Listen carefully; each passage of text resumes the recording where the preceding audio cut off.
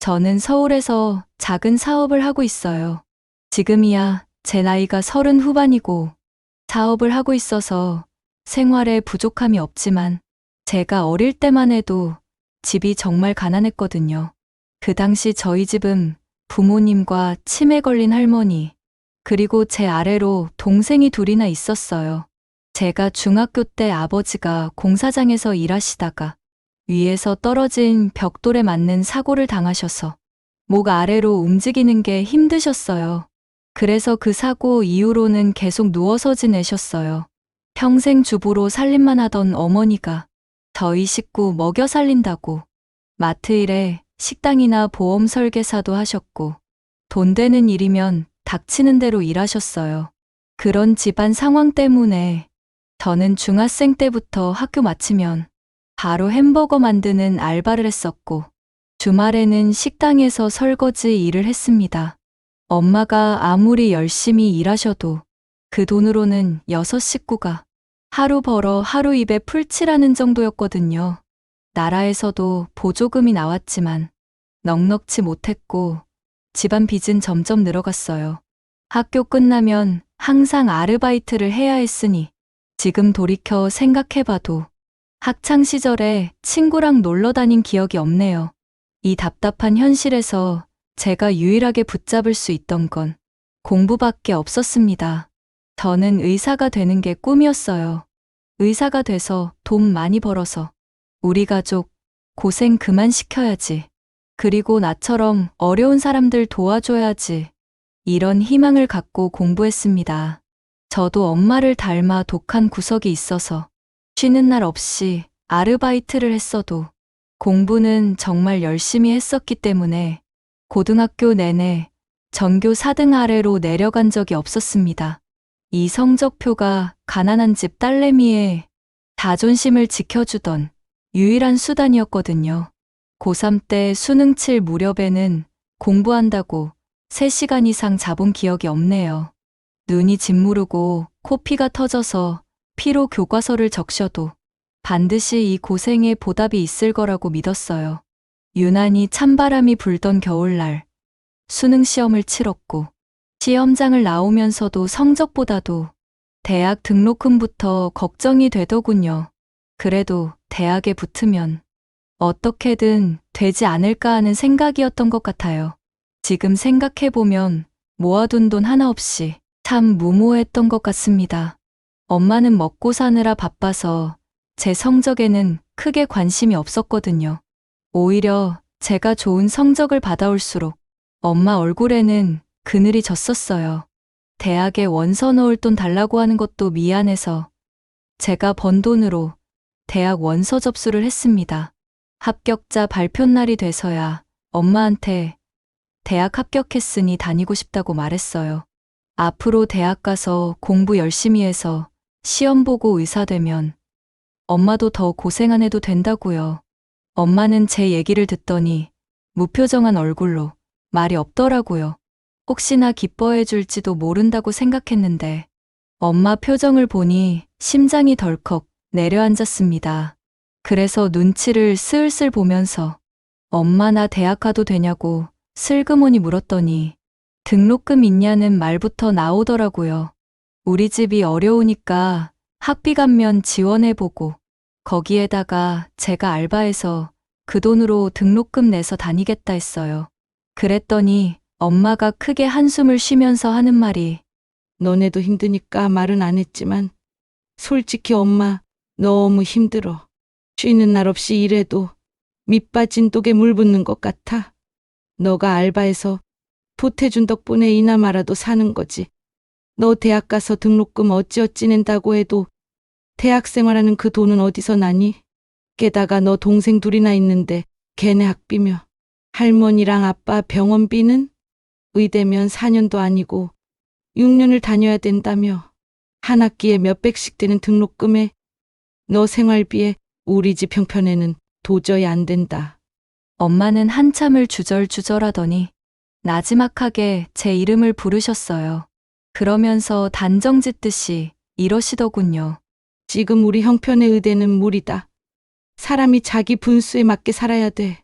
그리고 너 대학 가면 너 밑에 동생들은 무슨 돈으로 학교 다니겠니?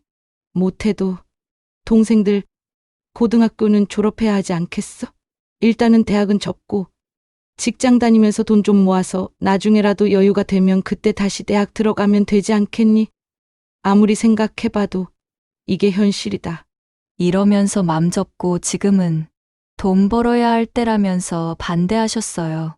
아무리 설득해도 엄마는 대학에 가는 걸 단호하게 반대하셨고, 손꼽아 기다렸던 대학 합격자 발표 날은 그렇게 제게 최악의 날이 되었습니다. 그날 밤은 한숨도 못 자고 얼마나 울었는지 모릅니다. 다음 날 일어나 보니 엄마 얼굴은 저보다 더 퉁퉁 부어 있었어요. 엄마도 속상해서 밤새 우신 거죠.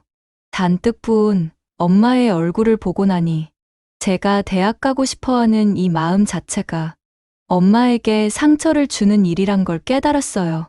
그래서 엄마한테 엄마, 내가 잘 생각해보니까 엄마 말이 맞는 것 같아. 지금 내 상황에 당장 중요한 건 돈 모으는 일이네. 돈 많이 모아서 나중에 여유 있게 대학 가는 게 훨씬 마음 편할 것 같아. 엄마 딸 머리 좋은 거 알지? 이렇게 아무렇지 않은 척 얘기를 했습니다. 속은 썩어 문드러지는 것 같았지만요. 엄마는 미안하다고만 하시더라고요. 이렇게 결국 대학 진학은 포기할 수밖에 없었고, 여태껏 하던 알바도 정리하고 고등학교 졸업하자마자 지방에 있는 공장에 취직했어요. 기숙사 형식의 새끼 밥까지 준다니 그 당시 저에겐 공장이라면서 돈도 많이 벌 수 있는데 밥까지 주면 돈 쓸 일도 없으니 금방 큰 돈 모을 수 있겠다 싶었지요. 하지만 막상 공장에 가보니 일은 크게 어렵지는 않았지만 단순 작업을 몇 시간 동안 반복하는 일이라 시간이 정말로 안 가더라고요. 게다가 쉬지 않고 몸을 하루 종일 움직이니 온몸이 아팠어요. 낮에는 공장에서 일을 하고 퇴근하고 숙소로 돌아와서는 씻고 간단하게 저녁을 먹고 자기 전까지 공부를 했습니다. 공부하기 지루해지면 책을 보면서 시간을 보내고는 했어요. 전날 밤에 공부했던 내용을 일할 때 떠올리면서 하다 보니 시간도 잘 가는 것 같고 익숙해지니 공장 일도 할 만하더라고요. 공장에서 버는 돈의 절반을 엄마한테 보내주고 남는 돈은 거의 저축했습니다. 같은 일상을 반복하다 보니 어느덧 3년이란 시간이 흘렀고 그 사이에 저도 첫 남자친구를 사귀게 되었어요. 같은 공장에서 일하던 사람인데 저보다 3살 연상에 얼굴이 곱상하게 참 잘생겼었어요. 유명한 대학의 경영학과 학생인데 얼마 전에 군대 제대하고 바로 공장으로 왔대요. 여기서 1년만 바짝 벌고 복학한다고 하더라고요. 처음에는 저렇게 잘생기고 좋은 학교 다니는 사람이 이런 시골 공장에 있는 게 이상하기도 하고 신기했어요. 그 사람도 이런 시골에 어린 여자애가 서울에서 내려와 혼자 일하는 게 신기했다네요. 한번 말을 트게 되니 대화가 너무 잘 통하는 것 같고 함께 있는 시간이 즐겁더라고요. 도시와 동떨어진 시골에서 젊은 남녀가 마음까지 잘 맞으니 연애가 시작되는 게 자연스러웠어요. 매일매일이 행복하고 즐거운 나날이었습니다. 어느 날은 이상하게도 지나가던 길에 공장 사장님이 후회하지 말고 더 늦기 전에 그만 만나라. 네가 감당할 수 있는 애가 아니다. 하시더니 그냥 가시더라고요. 아무리 사장이라도 직원들 연애하는 것까지 간섭하나 싶어서 솔직히 속으로 웃긴다 싶었어요.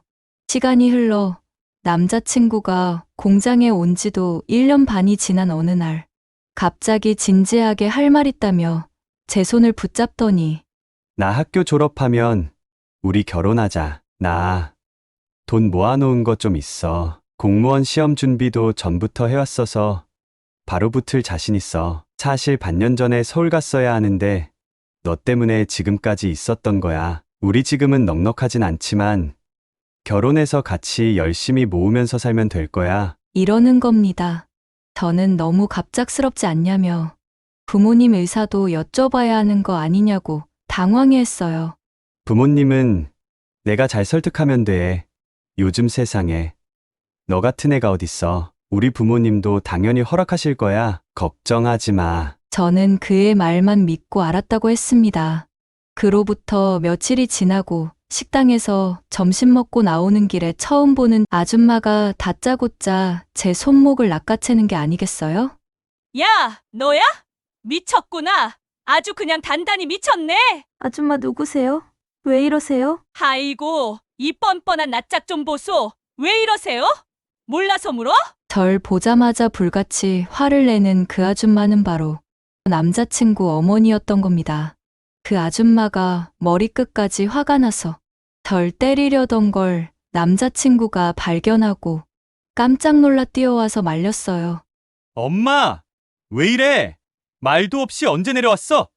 아니, 애는 왜 갑자기 때려? 얘, 너 이럴라고 집에 안 올라왔니? 외삼촌 돕는 게 기특해서 내뒀더니 갑자기 결혼! 이런 공순이랑 네가 왜 결혼을 해? 내가 너 이런 년한테 장가 보내려고 금이야오기야 키웠는 줄 알아? 지금 당장 올라가.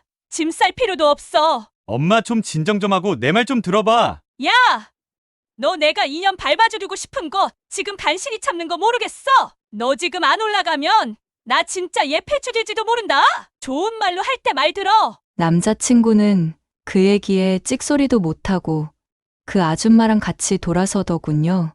남자친구 팔뚝을 잡고 질질 끌듯이 가던 아줌마는 갑자기 저한테로 오더니 가난한 집 딸년이 분수를 알아야지. 내 귀한 아들까지 이네 집 종살이 시키려고? 우리 아들 공무원 되면 너 같은 게 어디 감히 쳐다나 볼 수 있겠냐? 너 또 내 눈에 띄면 이네 집 구석도 싹 다 불질러 버릴 테니까 내 아들한텐 얼씬도 하지 말라고. 알아들었어? 하고 절 확 밀치고 가버렸습니다. 저는 갑자기 저한테 벌어진 일에 정신이 하나도 없었어요. 한참 구경하던 사람들이 쓱 사라지고 나니 그제야 눈물이 나더라고요. 나는 그저 남들보다 열심히 일하고 공부하고 가족 챙기고 바라는 거 없이 보통 사람들처럼 평범한 연애를 했을 뿐인데 왜 저런 혐오를 받아야 하는지, 왜 우리 가족이 욕을 먹는지 이해가 가지 않았습니다. 서러워서 몇 날 며칠 밤을 잠도 못 자고 눈물만 흘렸습니다. 그저 공장에 가서 기계처럼 일하는 것 말곤 할 수 있는 일이 없었어요. 그 일로부터 일주일이 지나고 월말이 되자 사장님이 조용히 부르더라고요.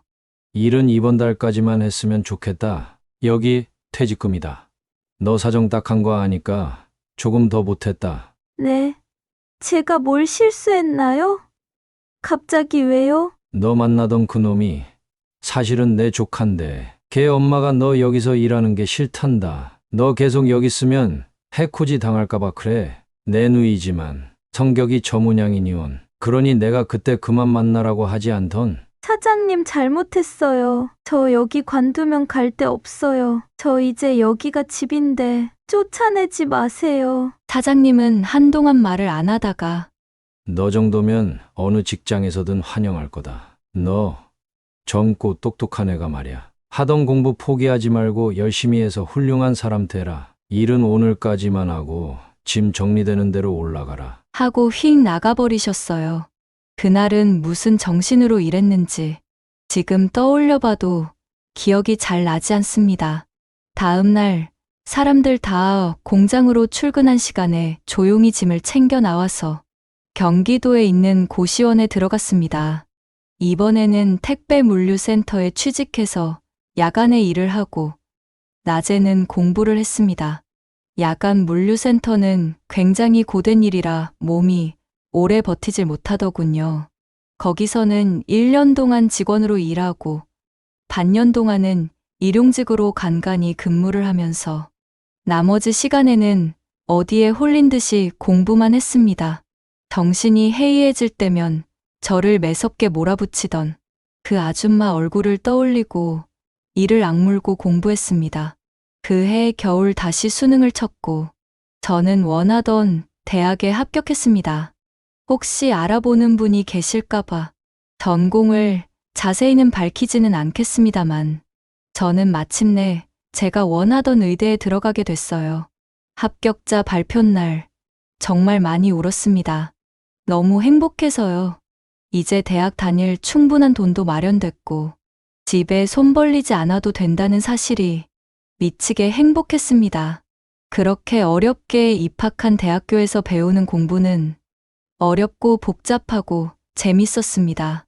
똑똑하고 훌륭한 동기들이랑 어깨를 나란히 하고 같은 수업을 듣는 게 내 가치를 내 스스로 이렇게나 올려놓았다는 게 자랑스러웠습니다. 1학년 2학기부터는 힘든 물류센터 일을 완전히 그만두게 되었고, 중고등학생들 과외 아르바이트로 돈을 벌었습니다. 의대생이라 하니까 아르바이트 구하기도 쉬웠고, 그저 내가 아는 걸 가르쳐 주는 일인데, 고된 물류센터보다 돈을 많이 받았습니다. 집에 돈을 보내줘도 여윳돈이 남자 처음으로 미용실도 가보고 새 옷도 사보았습니다. 더 이상 좁은 화장실에 깨진 유리를 보며 주방 가위로 머리를 자르지 않아도 되고, 남이 입던 옷을 중고로 얻어 입지 않아도 된다는 사실이 새삼스러웠습니다. 뛰어난 동기들 사이에서 엉덩이 힘으로 버텨냈습니다. 굉장한 분량의 공부를 하고, 셀 수 없는 시험을 보고, 실습도 하고, 페이닥터 시절을 거쳐서 의리의리하지는 않지만 대출도 좀 보태서 어엿한 제 병원도 차렸습니다. 병원이 차츰 자리를 잡아가던 어느 날, 새로 오신 환자분이 있었는데 제 명패랑 얼굴을 빤히 보더니 아른 체를 하는 겁니다. 아니 이게 누구야? 설마 저기 공장에서 일하던 아가씨 맞지? 어머, 어디서 저를 보셨었나요? 아니 몇 년 전에 우리 아들 만나던 아가씨 아냐? 꼬질꼬질해도 얼굴이 워낙 곱상해서 기억하고 있었지. 둘이 결혼한다고 한바탕 난리를 쳐놓고 그새 잊었어? 아니 어떻게 꼬질꼬질하던 공장 아가씨가 의사가 됐대? 그 말에 애써 잊고 살았던 아픈 기억이 떠오르기 시작했습니다. 아들 팔목을 질질 끌고 가면서 저한테 다시 연락하면 죽여버린다고 윽박지르던 그 아줌마였던 겁니다. 누군지 알아채니 도저히 좋은 말이 나가지가 않았어요. 제 병원은 어떻게 알고 왔어요? 일부러 알아보고 오신 거예요? 아니 알아보긴 뭘 알아봐. 아파서 동네 병원 왔는데 아가씨가 의사일 줄 어디 꿈에라도 알았겠어? 서울 어딘가에 살고 있을 줄은 알았는데 이 동네에서 보게 될 줄은 몰랐네요. 그치? 세상 참 좁아. 아니 무슨 재주를 부려서 의사가 됐대? 이거 병원 번쩍번쩍한 것 좀 봐.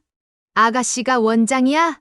돈 좀 벌었나 봐. 우리 아들이 사람 보는 눈은 있네. 이럴 줄 알았으면 그냥 결혼시킬 걸 그랬나? 우리 아들 안 궁금해? 안 보고 싶어? 그때 그렇게 떠나고 연락 한 번 없었지만 그래도 제 첫사랑인데 뭐하고 사나 궁금하긴 해서 물어봤어요. 아드님은 잘 지내시죠? 공무원 시험을 지금 몇 년째 보는지 몰라. 처음엔 7급 몇 년 하더니 그것도 다 떨어져서 지금 9급 시험 준비하고 있다. 한 번에 붙을 줄 알았는데 지금 이게 몇 년째야? 이 나이에 40 다 돼가는 아들 뒷바라지하고 있으니 그래도 의사 며느리는 좀 괜찮을 것 같네. 자기 아직 미혼이지? 얼굴이 반질반질한 게 아직 처녀구만. 지금 무슨 말씀하시는 거예요? 제가 왜 환자분 며느리입니까? 제가 버럭 화를 내니 깜짝이야. 왜 성을 내고 그래? 설마 내가 옛날에 화 좀 냈다고 그게 섭섭해서 그래? 아휴, 미안해. 다 자식 잘 되라고 그런 거지. 자기도 나중에 자식 낳아보면 내 맘 이해할 거야. 아니, 전에는 둘이 좋다고 그렇게 살림 차린다고 그 난리를 쳐놓고 안 그래? 다시 만나봐. 내 아들 아직 얼굴은 반반해. 그 아줌마가 이렇게 황당한 소리를 늘어놓는데 사람이 너무 화가 나면 오히려 더 차분해지더군요. 환자분, 저도 예전에 당한 게 있으니 속에 남은 앙금 좀 마지막으로 풀게요. 솔직히 어릴 땐 그쪽 많이 원망했어요. 세월이 많이 흐르기도 했고 저를 벼랑 끝까지 밀어주신 덕분에 이 악물고 공부해서 이렇게 의사가 됐네요. 저는 제 힘으로만 이렇게 노력해서 얻은 자리인데 왜 남의 노력에 무임승차를 하려 하세요? 이렇게 잘난 제가 왜 지엄마 등골 빼먹는 백수를 만나겠어요? 아드님이 엄마 닮아서 그렇게 못났나 보네요. 저는 지옥에 떨어져도 당신 아드님 만날 생각 코빼기도 없으니 당장 나가주시겠어요? 이렇게 빈정거렸더니 인연이 뚫린 입이라고 아주. 뭐 가운 입고 앉아 있으니 네가 뭐라도 된 것 같아? 의사가 뭐 대단한 자리라고 사람을 무시해? 공장에서 밥 빌어먹던 그지 같은 년이 태생이 어디 안 가는 것 좀 봐라. 네, 이제야 본색을 드러내시네요. 이렇게 화내실 줄 알아서 제가 환자분 알아보자마자 경찰에 신고했어요. 영업방해로 곧 경찰분들 오실 거예요. 이 미친년 보게? 야, 내가 이 동네 몇 년을 산 줄 알아? 너 이제 동네 장사 다 한 줄 알아라. 병원 문 닫을 준비나 해. 이망하려나. 마침 버럭버럭 소리 지르면서 행패 부리는 중에 경찰이 들어와서 아줌마를 끌고 나갔네요. 그 일 있고 나서 또 와서 행패 부리지 않을까 싶었는데 의외로 조용하더라고요. 매출도 딱히 떨어지진 않아서 나름 안심하면서 지내고 있었어요. 그러던 어느 날 어떤 중년 여성 환자분 진료를 보는데 갑자기 참 괜찮네. 이러시더라고요. 그러면서 갑자기 그 행패 부리던 아줌마 이름을 얘기하시더니 알지 않아요?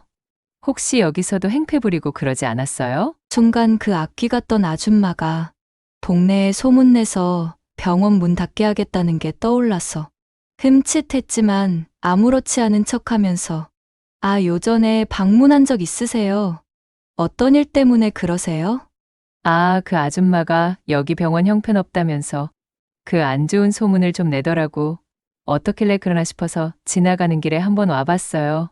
역시 의사 선생님 솜씨도 너무 좋으시고 미인이시네. 뭔가 앞뒤가 안 맞는 내용이라 제가 황당해하니 그 환자분이 호호 웃으시며 아니 그 아줌마 동네 평판이 아주 안 좋아요. 성질은 어쩜 그리 요상하고 요상한지 다들 아닌 척해도 뒤에서는 다 안 좋게 보거든. 그 아줌마가 여기 원장 선생님 욕을 어찌나 하던지. 어머, 미안해요. 다들 속으로는 그 아줌마 열받게 만든 사람이 누군지 꼬수어하고 있어요. 웃기죠? 그건 그렇고 혹시 선생님 결혼하셨어요? 네? 아, 아직 미혼입니다. 어머 잘 됐네. 우리 저기 조카가 있는데 인물 좋고 변호사야 변호사. 그리고 집에 돈도 많아. 한번 만나봐요. 제가 당황하니 그분은 오히려 더 귀여워하시더라고요. 뭐가 그리 즐거우신지 한참 웃으시다가 가셨습니다. 근데 그분이 저한테 귀인이긴 귀인이신가 봐요. 요 근래 매출이 꽤 많이 올랐는데 다 그분 소개받고 오셨다고 하더라고요. 그 손님들 중에서 진료할 때 놀랄 만큼 멋지셔서 깜짝 놀란 남성분이 계셨는데 알고 보니 그때 그분이 말씀하신 그 조카분이더라고요. 소개시켜준다는 걸 부담스럽다고 거절했더니 아예 저희 병원에 그 조카분을 직접 보낸 거였어요. 그 이후로도 몇 번이나 병원에 방문하셨는데 그게 계기가 돼서 몇 번 만나다가 결국 연인이 되었어요.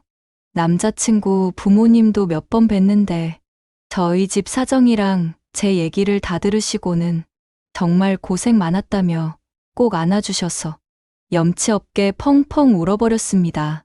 여태 다른 사람한테 제 얘기를 한 적도 없었거니와 제가 고생한 걸 다독여주는 사람도 없었거든요. 남자친구 부모님이 이제 저 평생 고생 안 시키겠다며 빨리 결혼하라 하셔서 내년에 결혼하기로 했습니다. 예비 신랑 자랑을 좀 하자면 모델같이 키 크고 잘생겼는데 무엇보다도 절 너무 아끼고 사랑해줍니다. 제가 살면서 받아온 고통만큼 더 아껴주겠다네요. 요즘은 진료도 열심히 보고 결혼 준비도 하면서 그저 너무 행복한 나날을 보내고 있습니다. 문득 제가 어렸을 때 현실에 부딪혀서 아무 노력도 않고 그저 주저앉아 버렸다면 지금 제 삶이 어떻게 됐을까 싶기도 합니다. 저는 정말로 아등바등 발버둥 치면서 독하게 살아왔거든요. 저는 제 동생들 대학도 다 졸업시키고 시집, 장가 제 손으로 보내줬어요. 부모님께도 할 도리를 다했고 후회 없이 살아왔네요. 정말 열심히 노력하면 하늘도 언젠간 날 알아봐 준다는 생각이 듭니다. 제 긴 인생 이야기 들어주셔서 너무 감사합니다. 모두 건강하시고 힘내시길 바랄게요. 감사합니다.